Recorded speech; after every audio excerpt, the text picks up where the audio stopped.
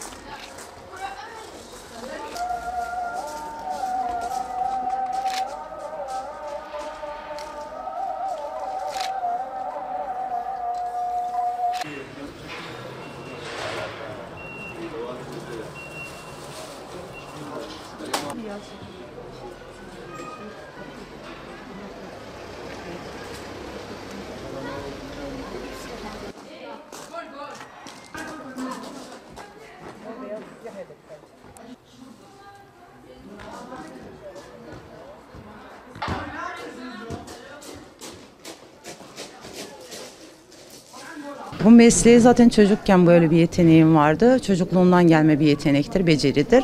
Pandemiden dolayı evde oturduğumuz için pandemiyi sanata çevirelim dedik.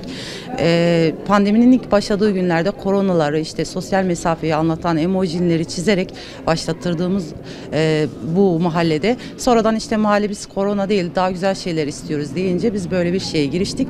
Duvarların kötü olması, çevrenin işte dış cephelerin onarılması gerekirken biz resimlerle kapatmayı tercih ettik. Resimlerle doğal bir şekilde sanata çevirdik. Bu bayağı bir ilgi gördü, ilgi odağı oluşturdu.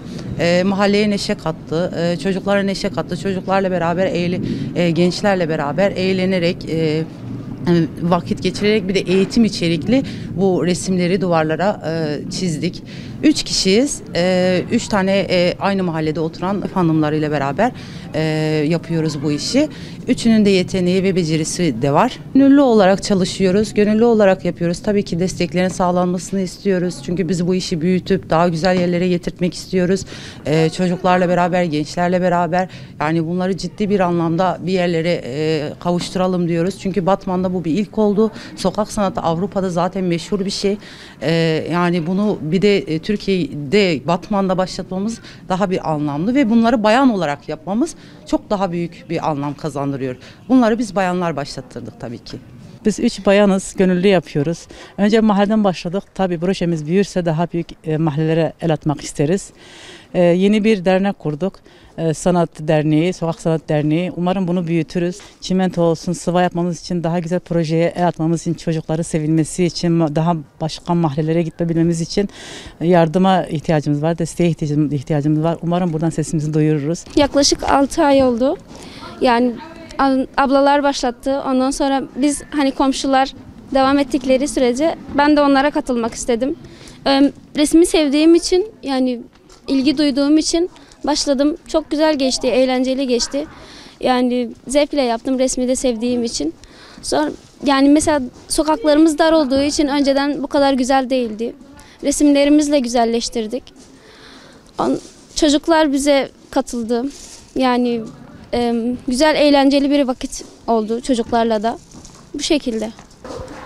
Bunu daha farklı yerlere getirmek istiyoruz. Destek verilirse daha iyi olacaktır inşallah.